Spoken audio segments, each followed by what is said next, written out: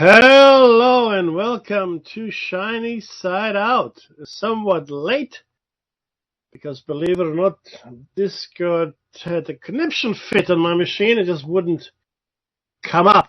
It literally took me 45 minutes to start Discord with 2 reboots. Hurrah! And according to, who was this? Oh yeah, Omega Logos. I and Dave, not just me, but I and Dave, we messed with the Discord AI gods, and now they're angered at us, and they're ignoring me specifically. Anyway, here I am. Hopefully you can hear me okay. Like I said, this is the Shiny Side Out with Mackie today only. Dave is otherwise engaged, and we would like to remind you that this is Listener Funded Radio. However, before I do that, I also like to tell you that we're coming to you from Australia, the land down under, for Revolution Radio on revolution.radio. It's going to be very short first hour this time around. Very short, with 45 minutes having been taken up by dead air. Who knows how many ghosts and entities have tried to come through the snowy fog of dead air into our realm. Many, I should think. Now, this is Listener Funded Radio, which is awesome. So please do donate if you can. Any kind of currency is good. Crypto, gold, silver, doubloons if you have them. But if you can't donate, then please do tell people about the station. And share, like, subscribe, comment, etc., etc. And that helps as well. That's good. But if you can donate, please do that. You can listen to us on any platform, as you know, and that includes a Grace Tabletop Digital Radio in the comfort of your own home. That's right. Very nice indeed. Before I start broadcasting at you in anger, I'd like to remind you that the archives are free, and we would like, me today at least, I would like to acknowledge the traditional custodians of the land from which I'm broadcasting, and here for me in very sunny and warm Pemulwuy it is, of course, the Darug people. And I would like to acknowledge and pay my respects to elders past, present, and future. Thank you very much. So much for that. Yeah, it's hot today in Australia. Tomorrow it's even hotter. It's going to be 38, 39 degrees Celsius. And that means 38 Celsius translates to, I'll tell you what it translates to, Fahrenheit. That's what it translates to. And 38 Celsius is, well, when the machine wants to tell me, I'll tell you guys. Funny things have happened, right, in the world. Now, I won't do the show cycle today, I don't think. In the second hour, I'll analyze politics as well. I might do a little bit of the show cycle. We'll see. Okay, so 38 Fahrenheit. Celsius is 100.4 Fahrenheit, 100.4. And it might even get to 40 tomorrow. So 40 Celsius. 104 Fahrenheit. That's hot. It's hot, and it's spring at the moment in Australia. Spring. Yeah, that's what it is. Spring. 104 Fahrenheit. If that's not hot enough for you, I don't know what is. But, okay, no worries. All good. Sorry, I'm just looking at the chat room here. So if anybody can hear me in the chat room, please let me know if I'm coming through loud and clear. I think I should be. All previous technical difficulties have been overcome by humanity's ingenuity. That's us, the human ingenuities. Yes. So, like I was saying, right. Let's get back to our political track, as we were. Donald Trump said he might give Tomahawk missiles to Zelensky, and this would make a massive difference in the war against Russia. Ukraine would love those missiles. They've got a huge reach. They're very powerful missiles. They're one of the premier weapons of destruction in the U.S. arsenal. And Donald Trump hinted at the fact that he might give them to the Ukraine. or sell them to Europeans and they can then give it to them. That's not going to happen.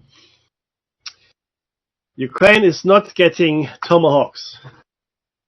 Why? Well, who knows? But there was a phone call, I think, that Donald Trump had with Putin prior to the meeting with Zelensky.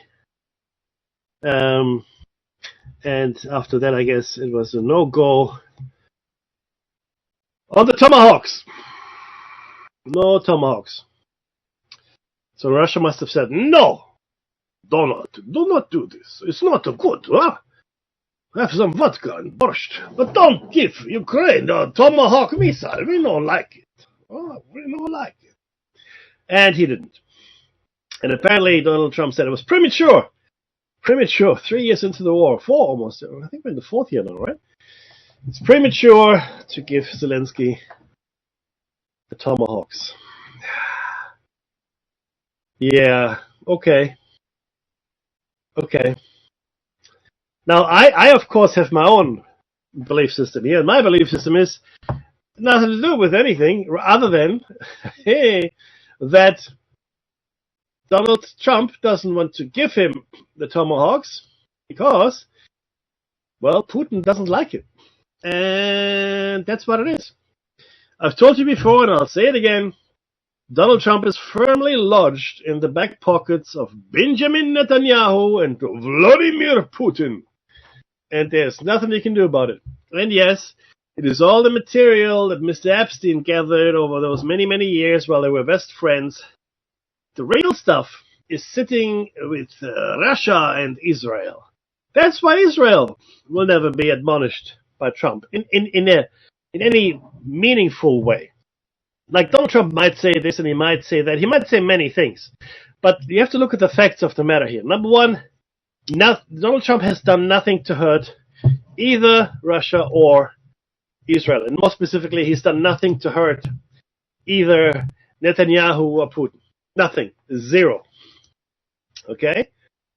If anything, he's treated them most favorably. And I mean, you know, even Netanyahu himself said it. No one has ever done more for us than you, Donald Trump. No American president has ever done.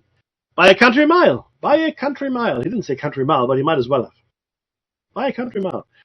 And that's the truth. That's what happened. That's where we are right now. It's really interesting to see it all play out.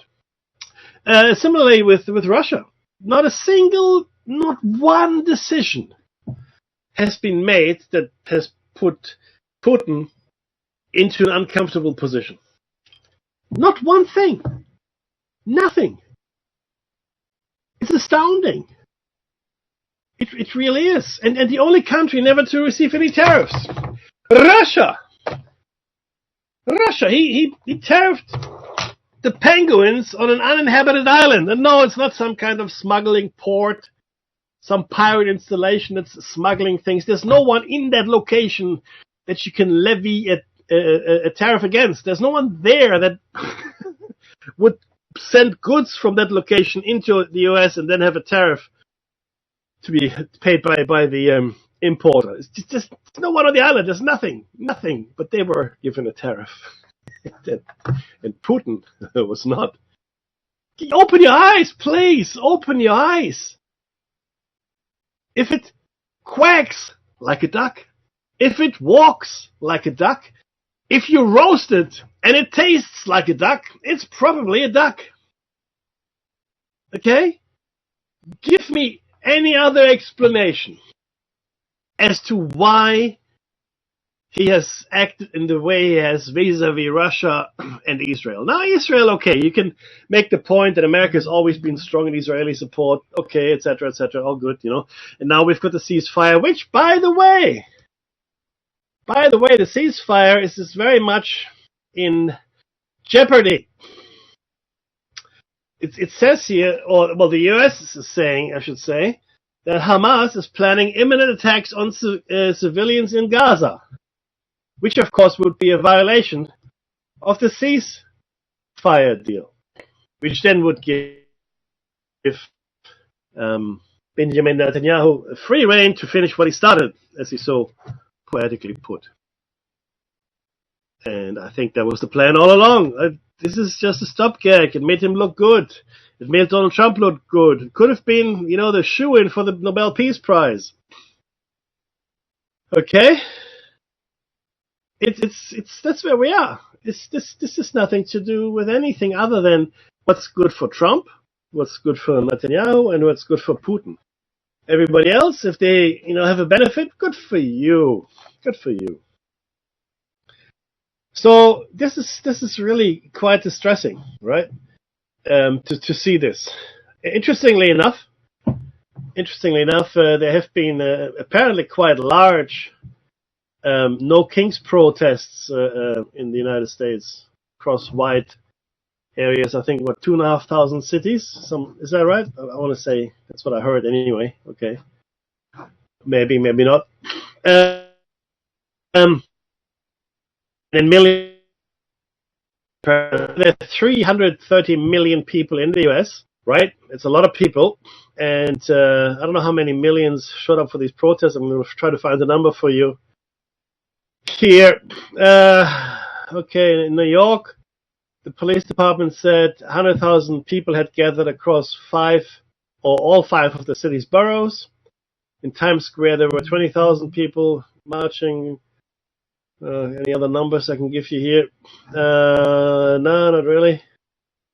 Those are the only numbers that are being touted here. So those were the New York numbers. No, I don't have any other numbers here. But I heard on the channel there were like millions of people coming up. But okay, let's say there's I don't know, 10 million people for argument's sake. 10 million people came to No Kings protests, right? That's still a tiny fraction of the total American population, right? And yeah, we know that the silent majority never does anything. That's true, I guess. So that's fair, I guess. And funnily enough, the the MAGA movement, or the Republicans are calling these rallies the Hate America rallies. The Hate America rallies. The thing is this: in America, the right to protest is one of the fundamental rights that they are. And if you're saying we don't want any kings, you're in good company. I mean, you look at the Boston Tea Party, right? Look at how the Revolutionary War started. Okay, it had to do with the monarchy and not wanting one. Yeah, it had to do with taxation. It had to do with the right to issue your own currency, more than anything else. In fact, the right to issue your own currency, but certainly no kings. We don't want any kings. That's why the Constitution was. We don't want any kings. Oh my God! And there's the music. That was a very quick first hour.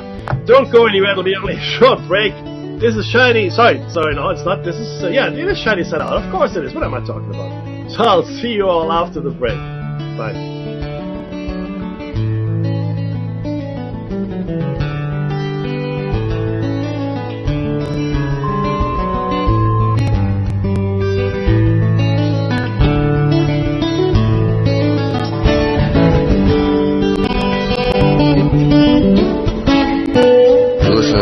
Radio at freedomslips.com. We'll be right back after this message.